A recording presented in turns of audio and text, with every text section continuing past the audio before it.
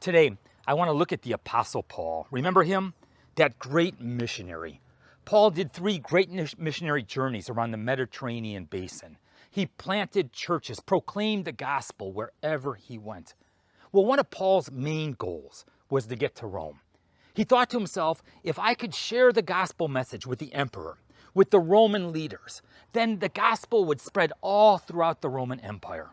Well, Paul finally made it to Rome, not as a missionary, but as a prisoner. He was chained to a Roman guard 24 hours a day, 7 days a week. And if anybody had reason to be anxious, it was Paul. He had no idea in the world what was going to happen to him. He didn't know if he was going to be set free or if he was going to be executed.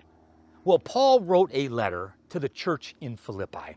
It was a letter of encouragement, a letter of thankfulness. And one of the major themes was rejoice. Now, just to kind of give you a little bit of background, the church at Philippi, well, it was a Gentile church. Okay, Philippi is right along the Greek and Turkish border. Philippi, it was full, the citizens were full of retired military.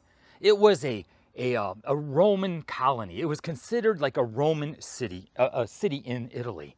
I mean, they had all kinds of wealth and authority and privileges. Well, Paul entered into the city of Philippi.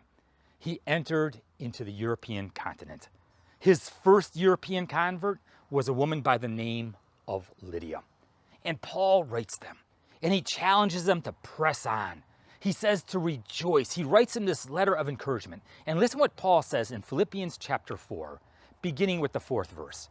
Rejoice in the Lord always. I will say it again, rejoice. Let your gentleness be evident to all. And this is my verse for today. The Lord is near.